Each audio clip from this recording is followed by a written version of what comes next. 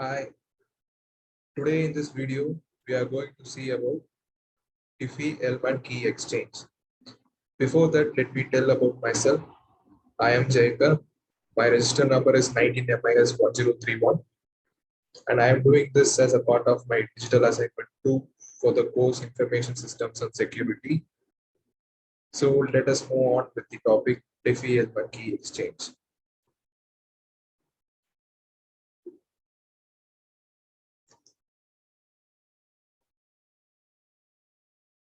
Diffie Hellman Key Exchange. The Diffie Hellman Key Exchange was the first widely used method of safely developing and exchanging keys over an insecure channel. Diffie Hellman Key Exchange, also called exponential key exchange, is a method of digital encryption that uses numbers raised to specific powers to produce decryption keys on the basis of components that are never directly transmitted, making the task of a would-be code breaker mathematically overwhelming. It allows two parties who have not previously met to securely establish a key which they can use to secure their communications. So the theory behind Diffie Hellman Key Exchange. So what happens if you can't arrange a code with your recipient beforehand? Let's say you want to communicate with a spy from an allied nation who you have never met before. You don't have a secure channel over which to talk to them. If you don't encrypt your message, then any adversary who intercepts it will be able to read the contents. If you encrypt it without telling the ally the code, then the enemy won't be able to read it, but neither will the ally. This issue was one of the biggest conundrums in cryptography up until 1970s. So how can you securely exchange information with someone if you haven't had the opportunity to share the key ahead of time? Here comes the Diffie Hellman Key Exchange because it was the first publicly used mechanism for solving this problem.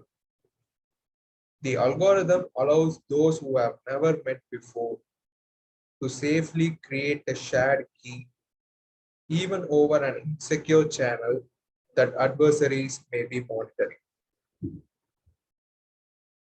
The applications of Diffie-Hellman algorithm. Many protocol uses Diffie-Hellman algorithm to enhance security, and few of them are given below. Secure shell, that is SSH. The next one is transport layer security, TLS, also called as secure socket layers, SSL. And the third one is public key infrastructure, PKI. The fourth one is internet key exchange, and then comes the internet protocol security, IPsec. These are the applications of Diffie-Hellman algorithm. And now we are going to see the limitations of Diffie-Hellman key exchange. So the following are the limitations of Diffie-Hellman algorithm. The first one is the lack of authentication procedure. The next is that the algorithm can be used only for symmetric key exchange. As there is no authentication involved, it is vulnerable to man-in-the-middle attack also. As it is computationally intensive, it is expensive in terms of resources and CPU performance time. The encryption of information cannot be performed with the help of this algorithm. And the final limitation is the digital signature that cannot be signed using Diffie-Hellman algorithm. Now let's see an example. The diagram given here is the old picture of the example that we are going to see in the upcoming slides.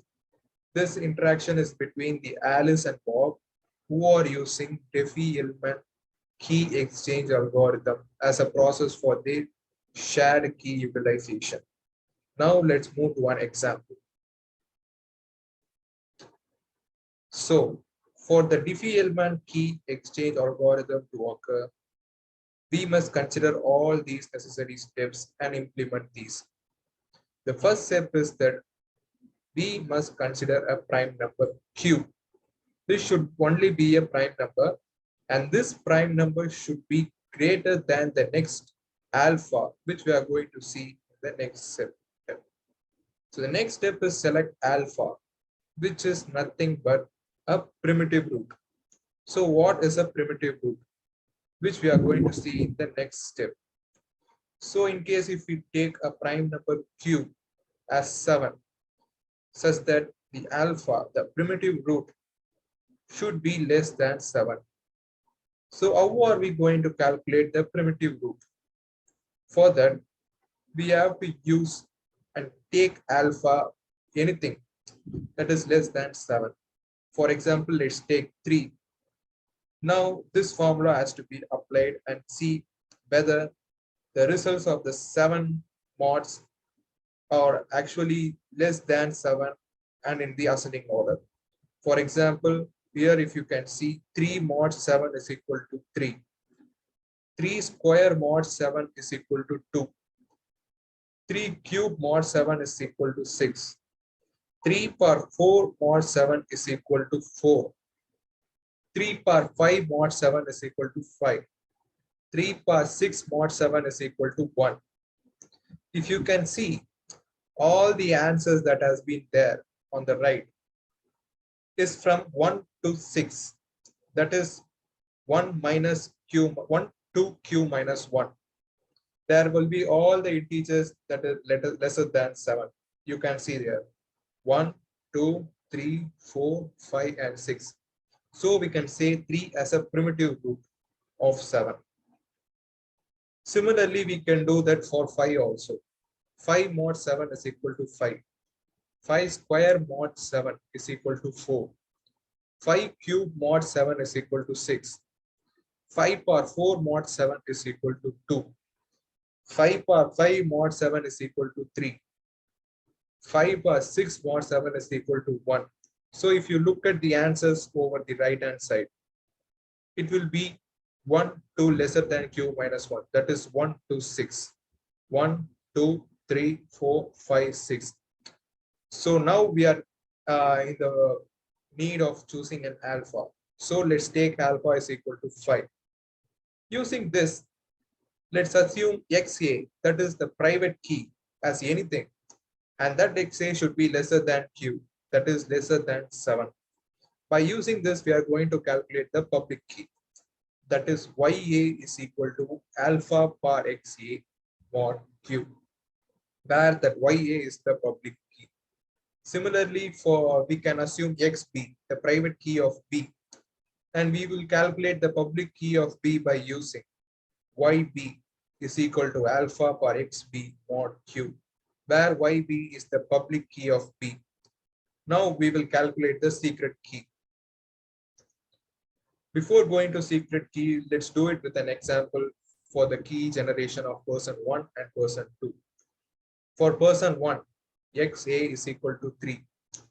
Let's take XA is equal to 3. Then YA is going to be 5 power 3 mod 7. That is 125 mod 7.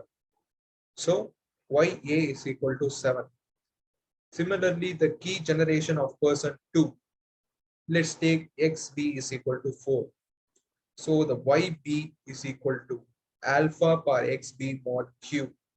That is YB is equal to 5 power 7 mod 7, which is equal to 2. So the public keys are 7 and 2. Now we will calculate the secret key, that is K1 and K2.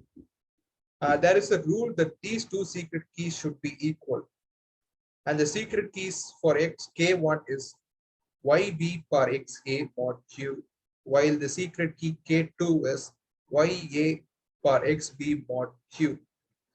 So let's calculate the secret key of person 1 using the data we already have. X is equal to YB par XA mod Q. That is 2 par 3 mod Q. That is 2 par 3 mod 7, which gives rise to 1. Similarly, the secret key of person 2, K is equal to YA par XB mod Q, X is equal to 6 par 4 mod 7. So let's take the 6 par 4 into 6 par 2 into 6 par 2. That is K is equal to 36 into 36 mod 7. So the answer is going to be K is equal to 1. See, you can see that K1 is equal to K2. Thus the keys are exchanged and we have met the expectations for the Diffie Hellman key exchange. Now you have seen the process of the Diffie Hellman and also what is Diffie Hellman algorithm. So thank you.